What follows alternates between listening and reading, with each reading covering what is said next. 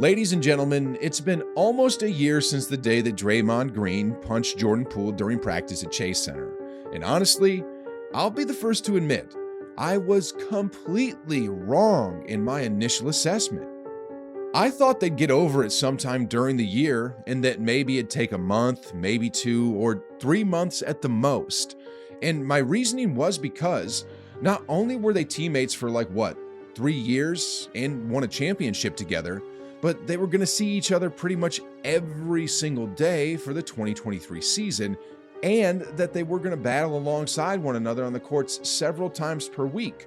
But obviously, I miscalculated, and this was completely evident when Poole pushed Draymond aside during the recent playoffs.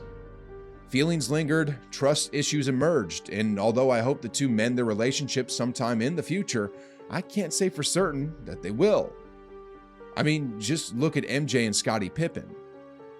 MJ took shots at his former running mate in The Last Dance, and since then, Scottie's been going on a world tour of trash-talking Mike. Then, this may be completely unrelated, but then Jordan's son started dating Scottie's ex-wife Larsa. I don't see how this situation between the two Bulls legends could ever be mended at this point. And I bring that up because, as of the moment, even though the Poole party is now a Wizard and that Draymond is still a Warrior, it's just getting messier and messier between the two with no real end in sight. So recently, Draymond Green went on a podcast talk with Patrick Beverley, and he sort of reignited this whole Poole situation by saying, You usually ain't just triggered by something like that fast, to that degree. You know what I'm saying? Like, this is a team, you know what I'm saying? Like, ain't nobody on my team triggering me, in an instant. We know stuff that you don't say amongst men. So obviously, as you could imagine, that soundbite got around the internet really fast, and it just so happened that Jordan Poole's father heard every single word that came out of Draymond's mouth. So he felt like he had to stand up for his son and tweeted, "I'm stand on this, that is some BS. JP was his guy and he avoided me all last year. He is a soft and I'm standing on this, and he didn't apologize to me and my wife. So he lame, and me and him can meet anytime he want." Well, as everybody expected, just as fast as that tweet reached Draymond, the 6'6" former Defensive Player of the Year quickly replied back on the social media platform. "That's so cute. It's impossible to avoid you in arena for a year, champ. I gotta get my family from that family room every game. And stop using those words. They usually don't go over well amongst men." So anyway, of course this type of news went around the whole basketball world, and when Gilbert Arenas heard it, here's what he had to say. Hey, low key, he's basically saying, that's the type of talk that got your son up. When I started seeing these tweets and this news, I thought to myself, dear Lord, this incident happened almost a year ago. Why is this still going on? And then I remembered there's still two really important questions that haven't yet been answered about this whole situation, which sort of fuels the whole story. And those two questions are, number one, who exactly filmed the whole thing and sold it to TMZ? And number two, what in the world did Poole actually say to Draymond? So, getting to number one first. The Golden State Warriors organization said they were going to do a full-on investigation into who filmed the whole debacle because, honestly, if it wasn't on tape, it wouldn't have been nearly half as bad. In fact, people were dismissing the whole thing until that tape came out.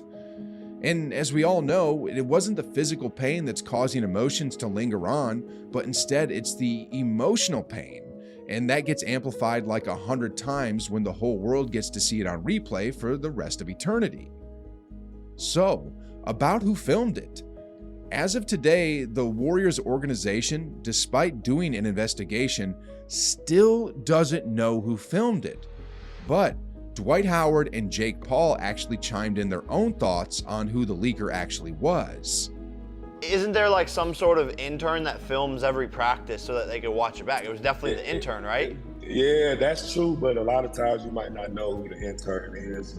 I think they paid the intern a lot of money to get the videotape. TMZ dumped 50K. That's the most viral TMZ video this year. Hold on. It was 50K. I heard it was more. Bro, probably more. I'm saying 50K at least. Just look for the intern wearing a new rollie. It cannot be 50K. It's no way I'm giving up my job with the NBA, with the Golden State Warriors. That's true. For 50K. It gotta be way more money. Man, I'm curious to know just how much TMZ paid for that tape and who that specific person was, but they probably signed some NDA agreement that his or her name never gets out, because if it did, that intern will probably have a difficult time getting another job. But anyway, on to question number 2. What did Poole say to Draymond? If this question was answered a while back, this wouldn't be much of a talking point anymore, but because it wasn't answered, it's still fueling the situation. Like, for example, we all know what Draymond said to KD on the bench back in the 2019 season, and because of that, it fizzled out quickly within a few months.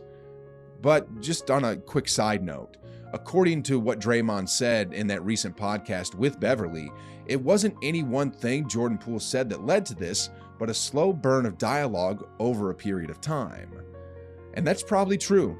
I mean, according to Logan Murdoch on the Bill Simmons podcast, all the established guys had some vision of a problem with Poole. Man, I still can't believe this happened right after the Warriors won a championship. But anywho, following the aftermath of Jordan Poole's father and Draymond's tweets, an account called NBA Centel with a blue swish reported that Kevin Garnett called out Draymond and said, "Draymond punching JP is like a senior punching a freshman who's half his size and then walks around talking himself up as if he's like that. Come try me, Dre." Well, Draymond, who's a part of the new media now, saw this pretty much immediately and replied, "I tried you when I was a rookie, KG, and you started talking to yourself like I wasn't talking to you. What's that like? The freshman picking on a senior that's double his size?" Then he tagged Garnett's account. Well, I'm not sure when Draymond realized it, but look. It was from NBA Central, not NBA Central. It was a fake account that had impostered Kevin Garnett that Draymond responded to. Afterwards, the real Kevin Garnett responded, "That's a fake tweet. NBA Centel, Elon Musk, see what is happening? Fix it." Draymond then deleted the tweet, but man, guys, what a day of events. For now, it seems everything has cooled down a bit, but this is bound to resurface again next season. You see, the Wizards and the Warriors have played each other twice per season over the past few years, and I suspect the same will be in 2024.